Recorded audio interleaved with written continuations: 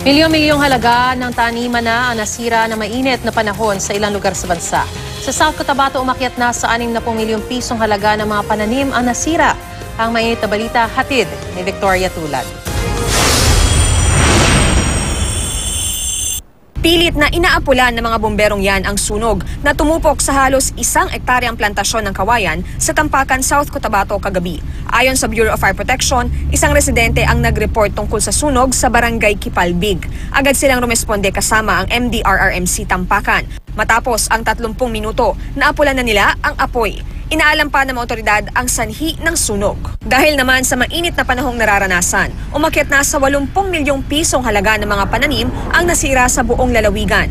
Base sa report ng Provincial Agriculturist, halos 3,000 ektarya ng taniman sa lalawigan ang tinamaan ng dry spell. Sa kabila niyan, siniguro ng mga otoridad na tutulungan nila ang mga apektadong magsasaka sa mga apektadong lugar. Patuloy raw ang pagkalap nila ng impormasyon tungkol sa mga tinamaan ng dry spell. Lampas 30 milyong pisong halaga naman ng mga pananim ang nasira ng dry spell sa UP Maguindanao. Base yan sa report ng UP Municipal Disaster Risk Reduction and Management Council na isa sa mga naging dahilan ng pagdedeklara ng state of calamity sa lugar.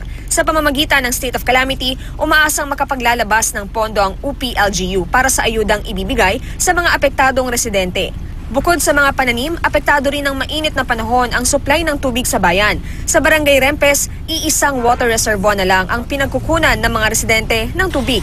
Dumarayo pa roon ang mga taga-5 ibang barangay para makakuha ng tubig. Wala na rin kasing ibang pagkukunan ng tubig sa lugar. Victoria Tulad, GMA News.